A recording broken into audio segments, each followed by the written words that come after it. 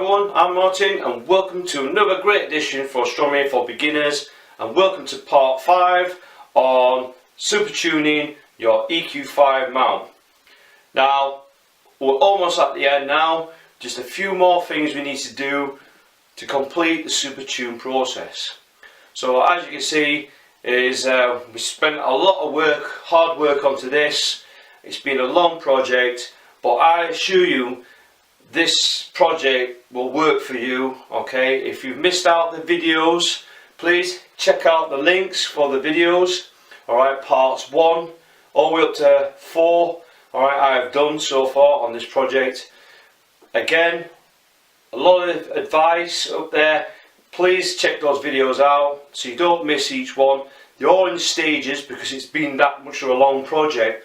But if you follow those in stages, you too can undertake this project yourself and you'll get the very best out of your EQ5 mount, that's for sure. So far, been a long project, I know, I totally agree, but I had to put it in parts. There was no other simpler, easier method to do this, but you can't condense this kind of information as well. So again, what I've done with my videos, I've done it in a stage where it's like a bit of a step-by-step stage, so you can follow it very easily as you progress through your project, alright, and you don't miss anything out. So I try to put it in different parts so it's easier for you guys and girls to follow it. So as you can see, we're at the final stages now. What I will be doing on this part is once the skies clear up, we're going to test out the EQ5 mount and let's check, see how it performs. So far it's looking very promising. If you missed the parts, please check out the links at the top, alright, so you don't miss those videos. And please hit the like button. Alright, projects like these need to be pushed out more to the YouTube community. Alright, all that's doing is sharing these videos out more, so that people who have budget style mounts like the EQ5, alright, will get to undertake this project for themselves, alright, and save a lot of money in the process. Again, a lot of these projects are designed and aimed for beginners and experienced astronomers amongst us all, and keeping it within budget astronomy. Budget astronomy is very crucial to our astro community. It's a hobby that's designed for everyone, alright? Doesn't matter of all levels, okay? Astronomy is there for everyone and everyone to share, to enjoy. It's the best pastime ever. So please hit the like button, push out this video more views available, show people. So with these videos getting pushed out more, giving people a chance into astronomy, so they get to see the night sky and see all the wonders that's out there. Alright, believe me, a lot of times a lot of beginners get frustrated because they can't get on with the hobby, and that's why these videos are very important. So again, hit the like button and then please subscribe onto the channel. Again, you, the subscribers, thank you for supporting me. I thank you all for sharing my videos as well, and because without you, my subscribers and my members, these videos would not exist without your strong help. I thank you all subscribers for supporting me and making these projects possible. Okay, there will be many more. Okay, I've got more ideas, alright, for new videos coming out soon, so I will keep you posted. So again, by doing this, hit the notifications tab, alright, hit the bell, alright, and it'll keep you updated for any videos coming out soon. So please hit the bell, alright, by all means. We're also available for Astronomy for Beginners on the Facebook group. Again, we've got a lot of experienced amateur astronomers, astro imagers and beginners and newcomers.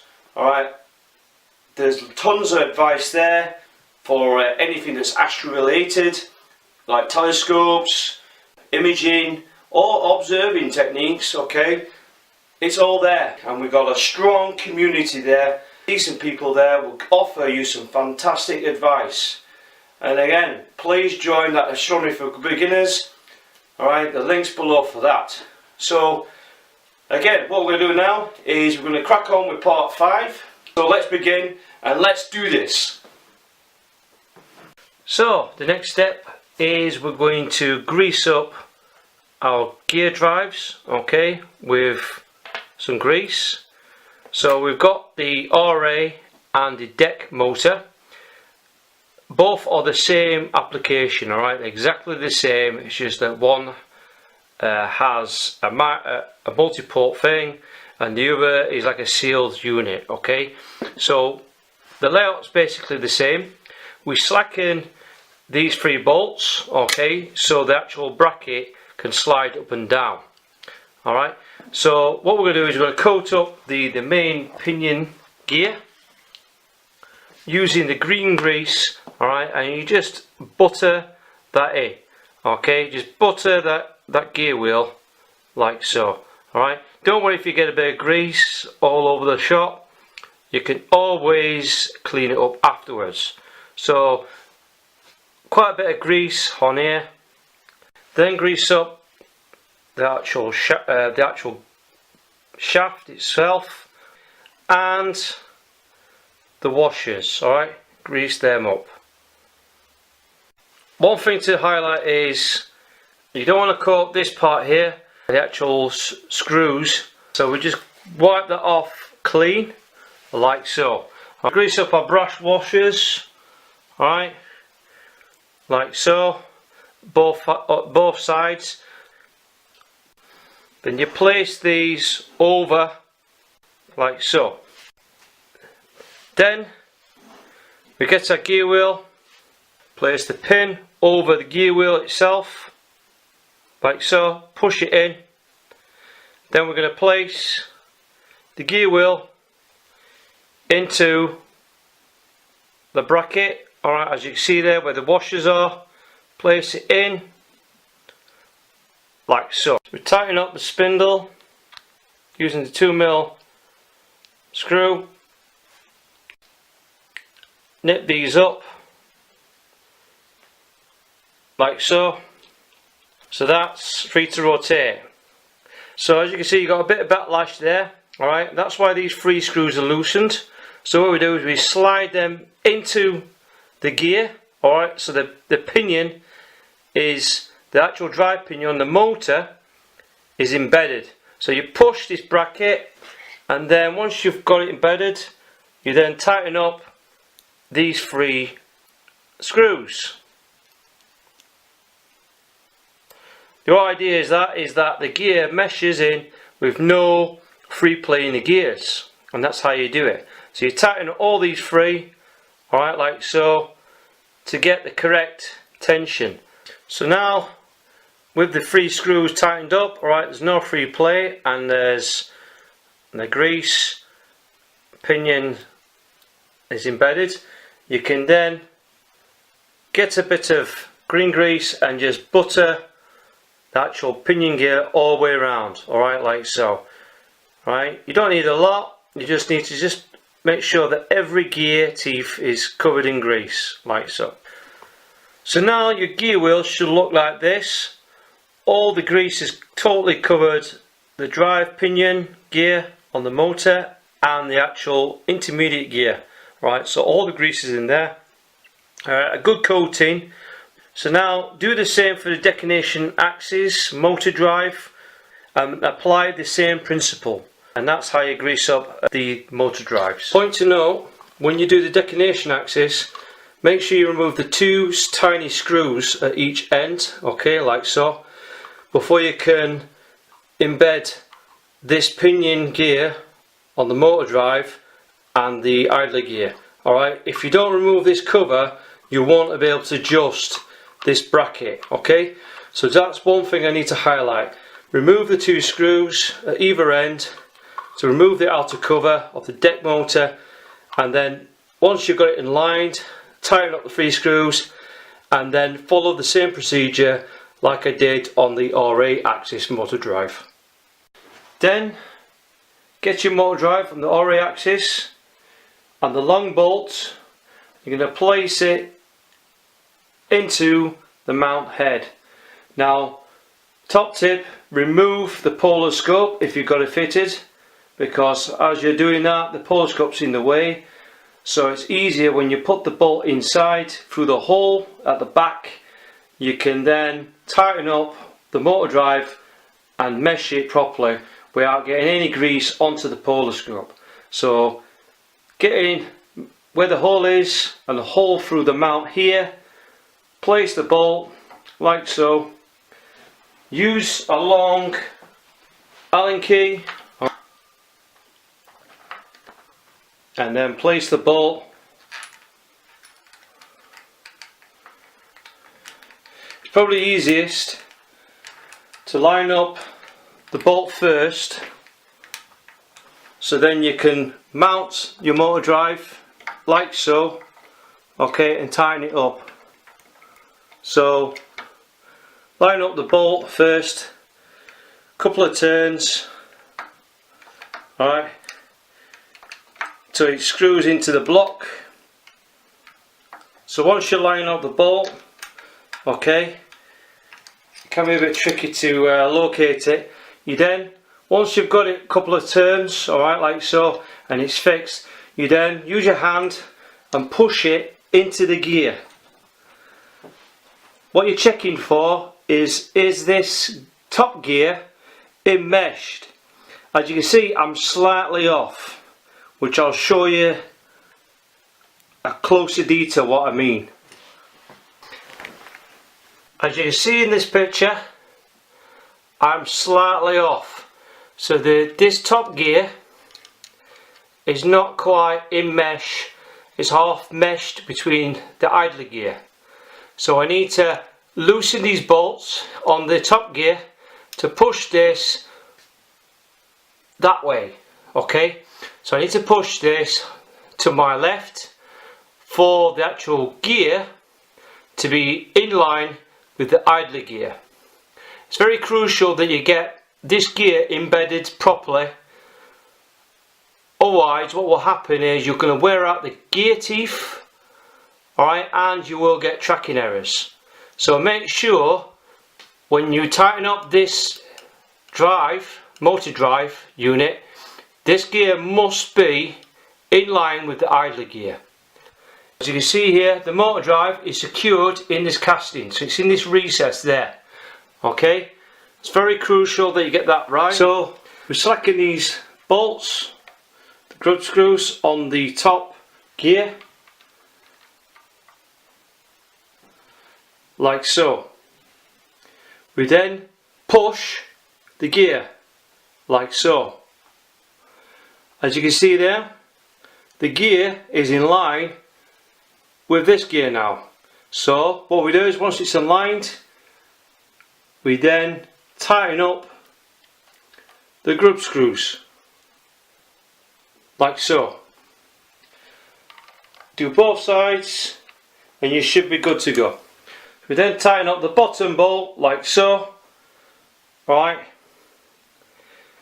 nice and tight, not too tight, but just tight enough so you can't, and then that's it. That is now the motor drive and gear train properly aligned.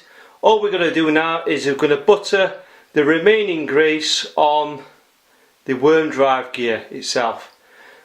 Now this is the same principle as what you do with the declination axis. So I'm not going to go through tighten up the motor drive and the gear alignment for the declination axis, because it's exactly the same process. So now, with the deck axis and the ORI axis motor drive, your gears should look like this. So both are secured properly. So as you can see, both motors are secured in the recess like so. Okay, both secured, tensioned. The gear drives are now aligned, and use quite a bit of grease but not too much. Alright, all you're lubricating is the teeth. There's no need to just plaster the whole entire gear train with grease. Alright, the main source is the teeth, that's where the parts of that gear wheel will wear out more, between the spindle here and the gear teeth. So that's both gear drives fully lubricated, fully secured and properly aligned. We then place the cover on the deck motor. The screws already in place. We fix it together, alright, and we just screw the two screws on the deck cover,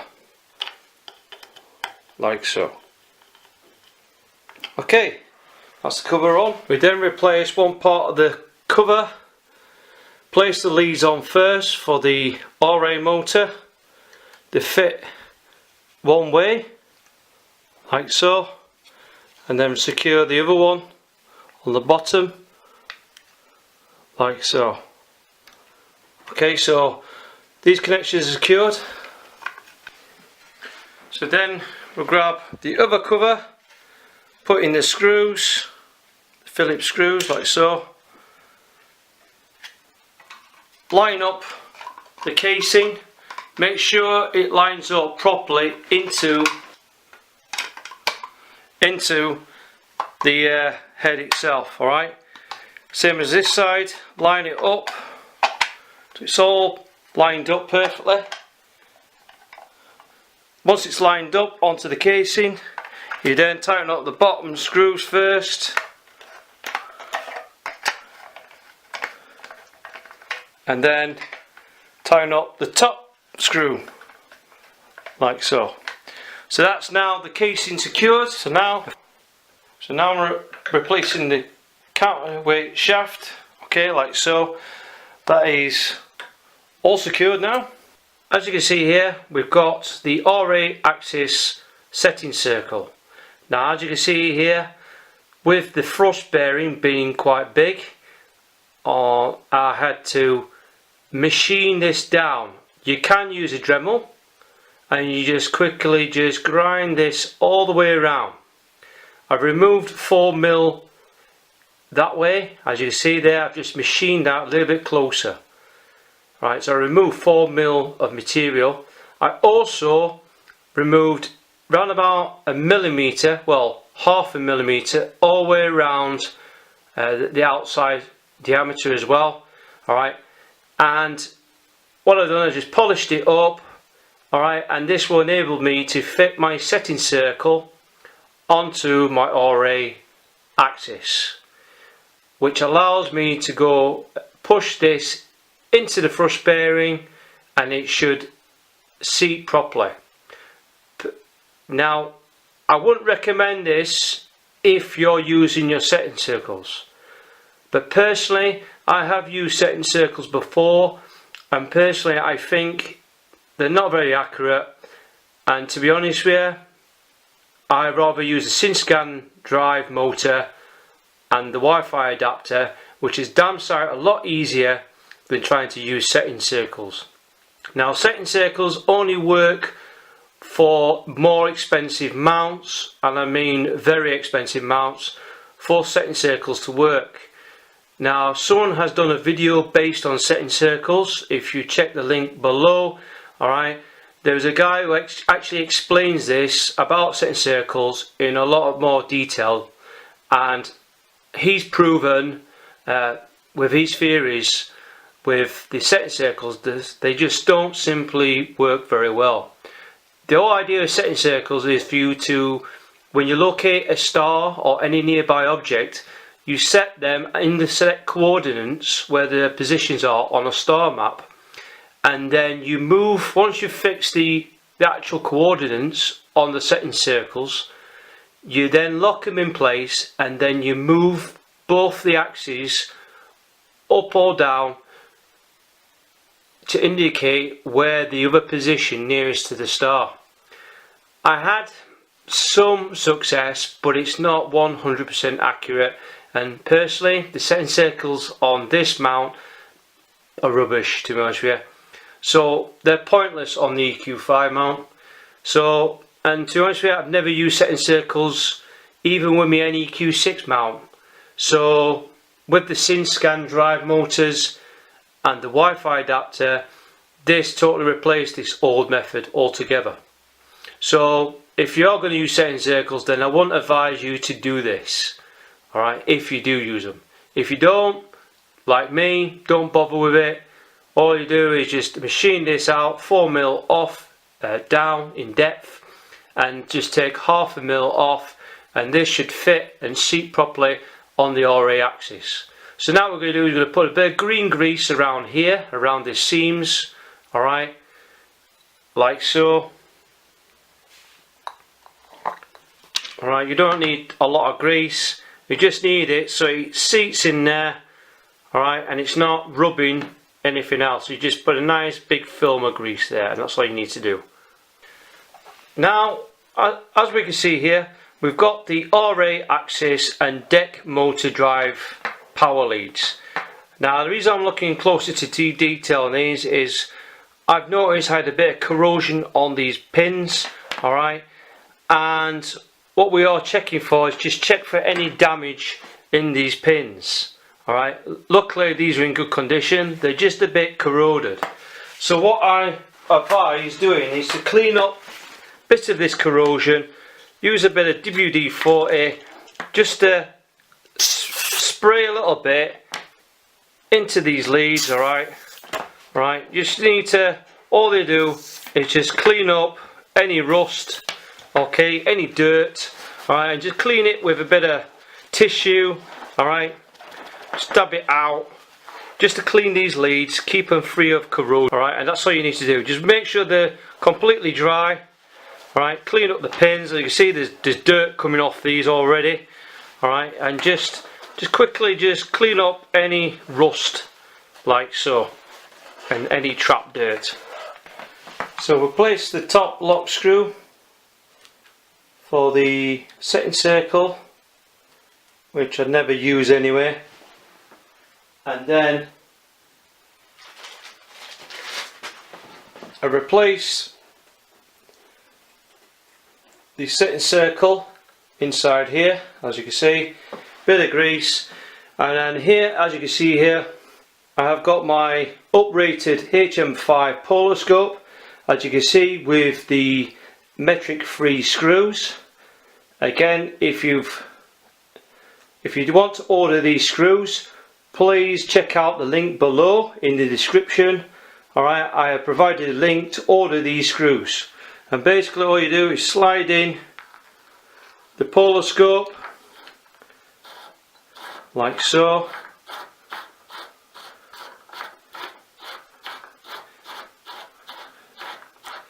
slide it all the way in till it's home. You just grab a cloth like so, just use a spanner and just lock it. That's locked. That's all you need, just to nip it up, and that is your polar scope secured. Now with these settings, with these screws, I've got to centralise my polar scope on there, so my reticle needs to be aligned. So with these screws, making it easier to do my alignment, right, you can do the adjustment by hand with these screws. Now again, I'm not going to go through this in detail. Again, I've covered this in my Super Tune NEQ6. If you check out part 6 at the top, check out the link, check out that video, and I actually show you how to adjust your polar scope. And please check it out, it's a very good video, and I do highlight how to adjust that, centralizing that reticle. It's very important that you do that. So again, please check out the link for part 6 on the NEQ6 Super Tune, where I highlight this adjustment. You can place a dust cap at the polar scope end, on the viewfinder on the mount, and replace this dust cap here, like so. That is now the mount polar scope and the mount secured. Replace the leads back into both the axes. Okay, I have one fixed to that. So that's the RA axis motor cable secured, and finally the deck axis, like so. So that's now both cables secured.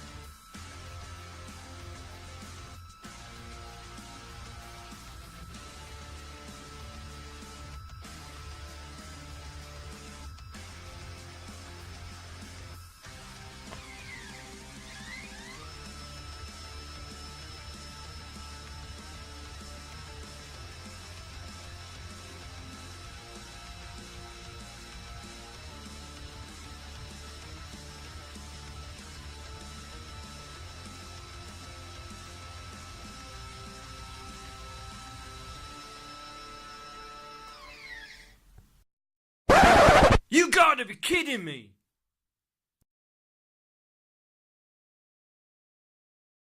Well, as you see, I was clouded out completely, which is pretty much the norm in the UK skies. For a good month or so, the people who live in the UK, we already know what obstacles we face when we try to do a bit of astronomy or astro imaging. If it's not the clouds, it's the rain. If it's not the rain, it's the snow, and so forth. So I haven't been able to test out the Supertune EQ5. It is quite frustrating, but that's one of the few obstacles many amateur astronomers and astro imagers face, especially in the UK.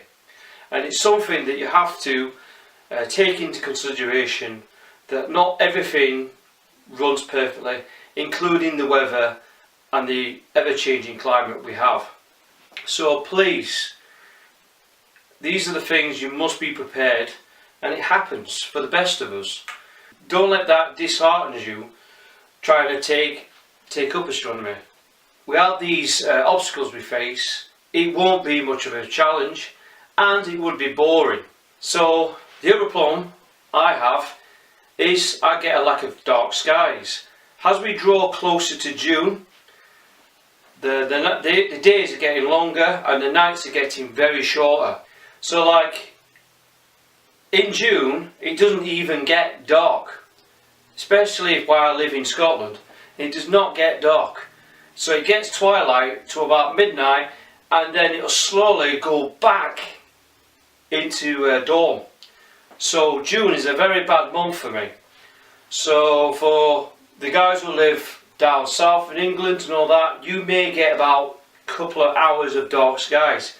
For me, June time, I don't even get any of that, which means I won't be able to do any astral imaging because I don't have much dark skies. Once I get to about late July and August, I'll start to get the dark skies eventually. But at the moment, it just means I just cannot test this Supertune EQ5 or the NEQ6 mouse, I'm afraid, which is very disappointing because I love to see how these mounts perform now. However, do not let that dishearten you. Please, I've completed all the things I needed to do these mounts, and please feel free to undertake these projects. At the end of the day, these modifications are already feeling a lot better than they were standard.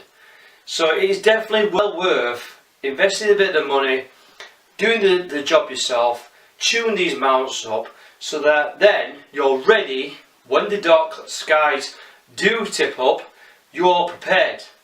All you got to do is get ready and let's go for it. So utilize the time, especially over summer. So I will be testing these mounts out in a later video to double confirm, find out my results. Alright, I'd love to see how they perform. So far, from both mounts, all the work I've carried out, it looks very promising, and they do actually operate a lot better. They look smoother, they're not stiff in any way. So I'll be ready to test these mounts hopefully in late July or early August time, where I'll be testing these out and showing you guys and girls in a later video on those mounts and show my results. Look forward to that video coming soon. So again, if you like my videos, please hit the like button, push these videos out, please hit the subscribe button to my channel and activate the notifications. Hit that bell. All that's going to do is keep you in touch for any new videos coming out soon. There will be many more videos to come, so please watch out. Thanks again, thanks for watching, and clear skies to you all.